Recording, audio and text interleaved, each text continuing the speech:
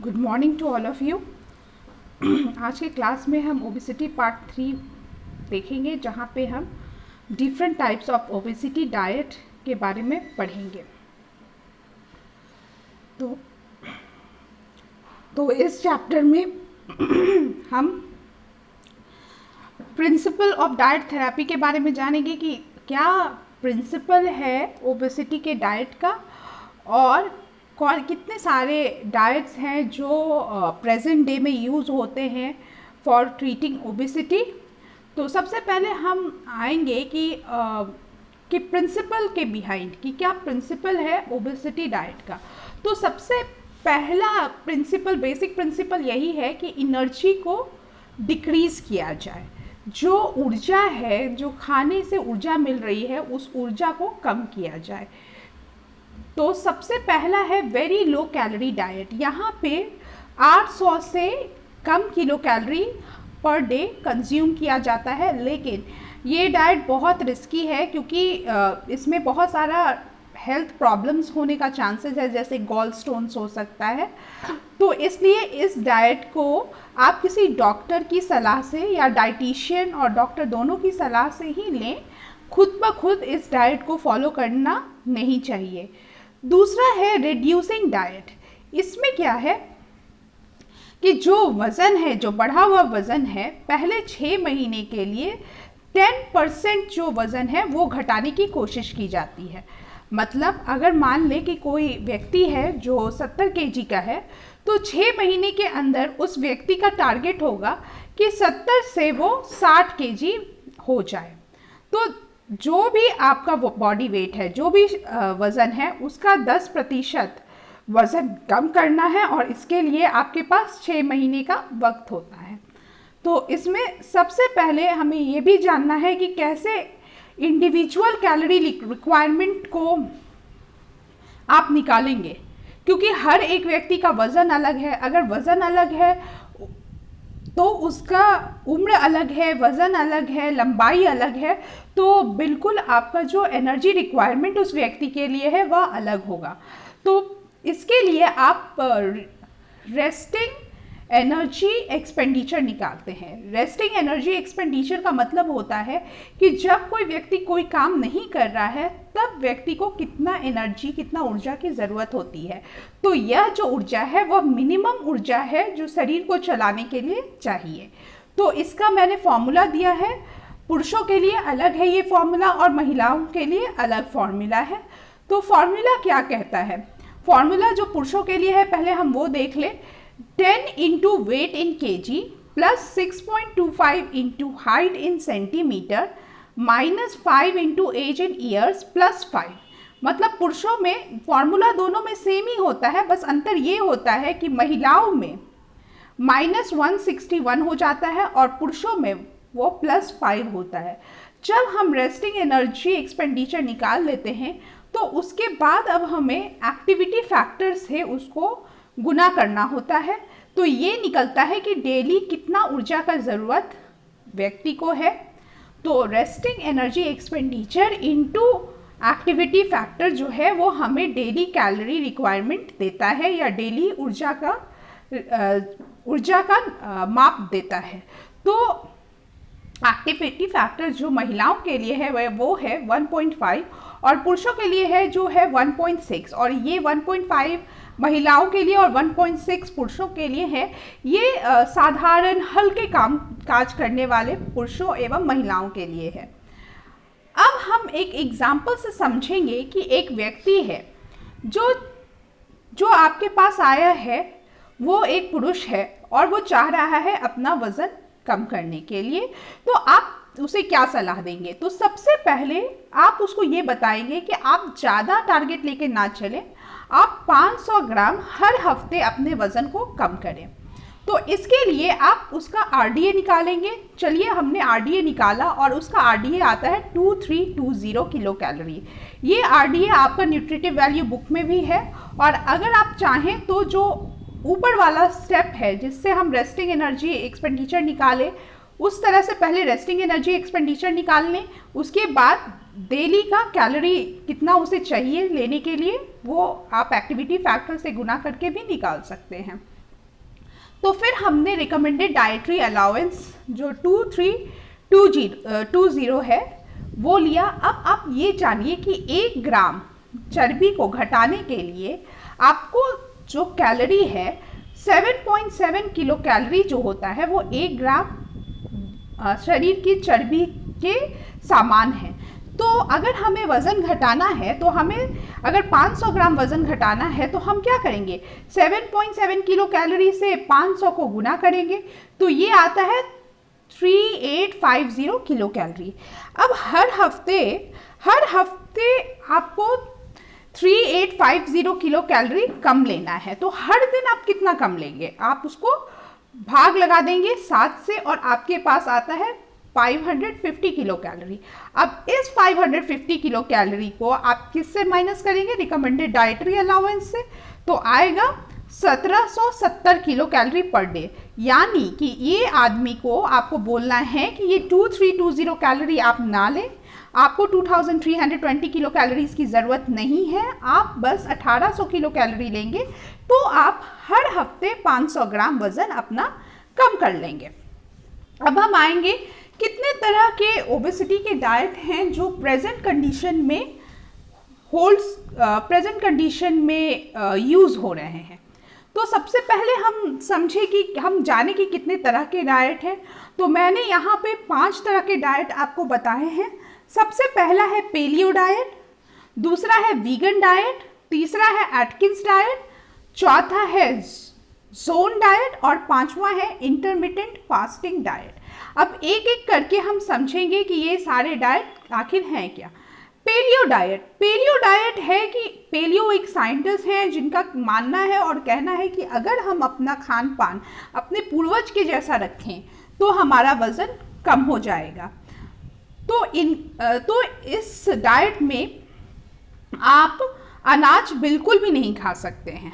आपको खाना क्या है, आप होल फूड्स ले सकते हैं, खाने आहार को पूरी तरह, जैसे मान लेते हैं अब अखरोट है तो अखरोट को पूरी की पूरी खानी है, ठीक है। आलू है तो आलू को पूरी तरह से खानी है, ठीक है। Lean protein, vegetables, fruits, nuts and seeds. और क्या आपको नहीं लेना है वो है चीनी का सेवन नहीं करना है, दूध से बने हुए पदार्थों का सेवन नहीं करना है, इवन अनाज का सेवन आपको इसमें नहीं करना है। कुछ पेलियो डाइट जो थोड़े फ्लेक्सिबल होते हैं वो आपको दूध से बने हुए पदार्थ खाने की अनुमति देते हैं और ट्यूबर्स जैसे कि आलू है या स्वीट पोटैटो है ये भी खाने की अनुमति देते हैं। लेकिन जो स्ट्रिक्ट पेलियो डाइट है उसमें आपको सिर्फ और सिर्फ पूरी की पूरी साग सब्जियां खानी हैं, सीड्स खाने हैं और डेयरी प्रोडक्ट्स कुछ भी नहीं लेना है और साथ ही साथ अनाज भी कुछ भी नहीं खाना है। मैंने एक लिस्ट दिया है जिसमें ये बहुत अच्छे तरीके से मेंशन है कि आपको क्या कौन कौन से खाने हैं जो आप खा सकते हैं और क्या क्या ऐसा खाना है जो आप नहीं खा सकते हैं। आप इसको एक बार देखेंगे तो ये कंसेप्ट बहुत क्लियर हो जाएगा। आप यहाँ देखेंगे कि अनाज आपको नहीं खाना है, चाहे वो गेहूं है, चावल है, बार्ली है, ओट्स है, सोया है, राई है, ये सब आप कुछ नहीं खा सकते हैं।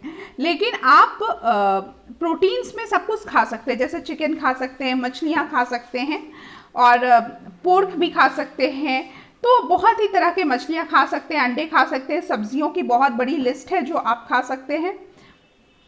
उसके बाद ये डाइट जो होता है ये ऊर्जा में कम होता है, इसमें ऊर्जा की मात्रा कम होती है, इसलिए यह 900 किलो कैलोरी 300 से 900 kilo calorie daily recommended dietary allowance से कम देता है। और इससे देखा भी गया है, बहुत सारी स्टडीज़ हुई हैं और पाया गया है कि अगर पेलियो डाइट कोई व्यक्ति अपने जीवन में अपनाता है तो उसका वज़न भी कम होता है, उसकी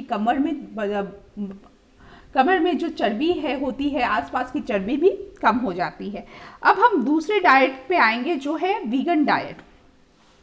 तो वीगन डाइट क्या है? वीगन डाइट अगर सही मायनों में देखा जाए तो ये शुद्ध शाकाहारी खाना हुआ जहाँ पे आपको ना दूध लेना है, कुछ भी पदार्थ जो हमें जानवर से मिल रहे हैं वो उन पदार्थों का सेवन नहीं करना है। बाकी आप सारी साग सब्जियां और शाकाहारी चीज़ें आप खा सकते हैं। तो वीगन डाइट जो होता है ये बहुत हेल्पफुल है अपने वज़न को कम करने के लिए, क्योंकि इसमें कैलोरी की मात्रा, जो ऊर्जा की मात्रा होती है वो कम होता है। साथ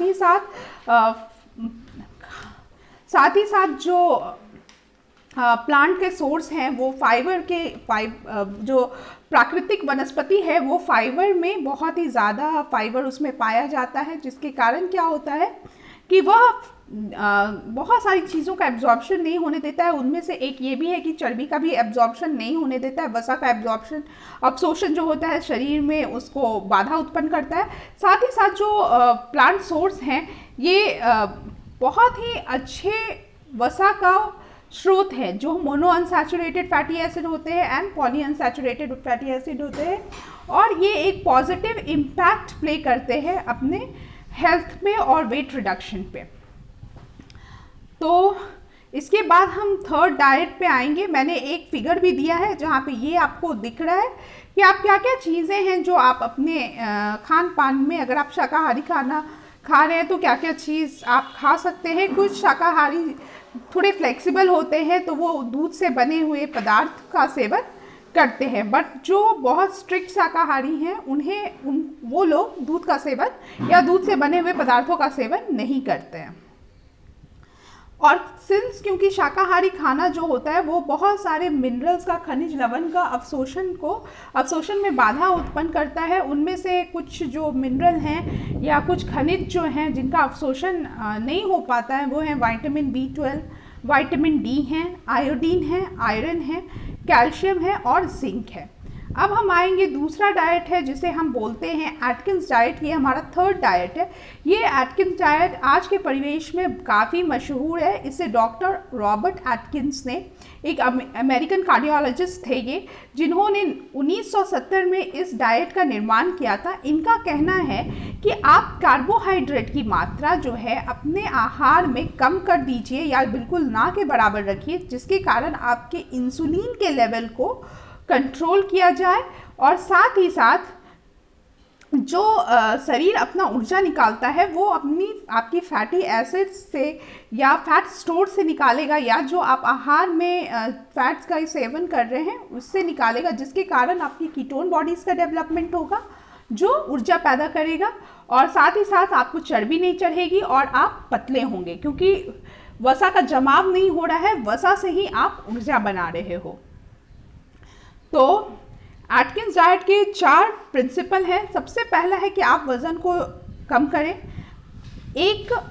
जब कम हो रहा है वज़न तो एक वज़न को मेंटेन करें, साथ ही साथ एक तंदुरुस्त जीवन, एक हंसता जीवन गुजारें, और ऐसी बीमारियों का जैसे कि डायबिटीज़ हैं, कार्डियोवैस्कुलर डिसऑर्डर है, उसको आप अपने से दूर रखें, इसे खा के और एक्सरसाइज करके। तो अब हम आएंगे कि आखिरकार ये जो आहार है एटकिंस डाइट, ये कैसे हमारे शरीर में काम करता है। एटकिंस डाइट क्या है? ये मेटाबॉलिज्म को, सबसे पहले हमें ये जानना होगा कि हमारा शरीर प्राइमरली, प्रथम ऊर्जा का स्रोत जो है वो कार्बोहाइड्रेट है। अगर हमारे शरीर में कार्बोहाइड्रेट पर्याप्त मात्रा में नहीं होती है तो हमारा शरीर वसा से ऊर्जा उत्पन्न करता है। तो बिल्कुल यही चीज़ कि वसा से ऊर्जा उत्पन्न करने की तकनीक इस डाइट में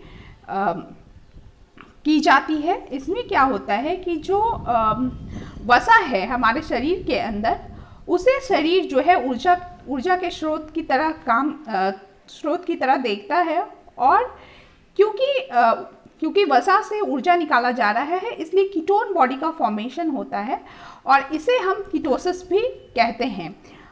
और ऐसे खाद्य पदार्थों का सेवन करना चाहिए जिसका ग्लाइसेमिक इंडेक्स जो है कम है। अब हम समझेंगे कि ग्लाइसेमिक इंडेक्स का मतलब क्या होता है। ग्लाइसेमिक इंडेक्स है कि जैसे आप किसी भी खाद्य पदार्थ को खा रहे हैं तो वह आपके रक्त में ग्लूकोज की मात्रा कितनी तेजी से बढ़ाता है, वह इसका मापदंड है। हर खाद्य पदार्थ को 0 से लेकर 100 के बीच में रैंकिंग किया गया है।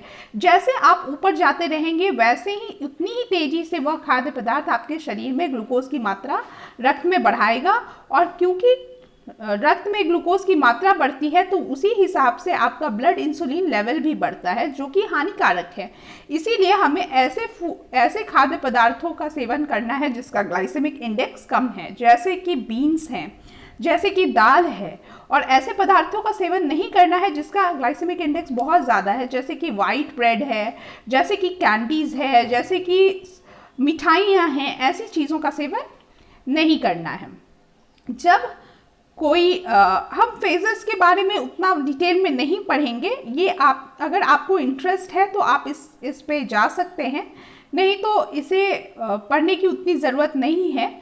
फिर उसके बाद हम आएंगे कि क्योंकि इस डाइट का सेवन करने से, क्योंकि इसमें फ्रूट्स भी अलाउड नहीं होता है, बहुत सारे फल नहीं अलाउड होते हैं, इसलिए मिनरल्स और वाइटामिन की डेफिशिएंसी हो जाती है। इस कारण से सप्लीमेंट लेना ज़रूरी है। जोन डाइट कुछ नहीं है। जोन डाइट में आप लो ग्लाइसेमिक इंडेक्स फूड को यूज़ करते हो जिसका ग्लाइसेमिक लोड कम है, वैसे खाद्य पदार्थ का इस्तेमाल करते हैं। और क्योंकि ग्लाइसेमिक इंडेक्स कम है तो ग्लूकोज का जो शरीर में जो ग्लूकोज रिलीज़ हो रहा है वो बहुत धीरे धीरे रिलीज़ होता है, और इंसुलिन भी धीरे धीरे रिलीज़ होता है, जिसके कारण हमारे शरीर में एक रेगुलेटेड सप्लाई ऑफ इंसुलिन होता है, और यह चर्बी को जमने से रोकता है।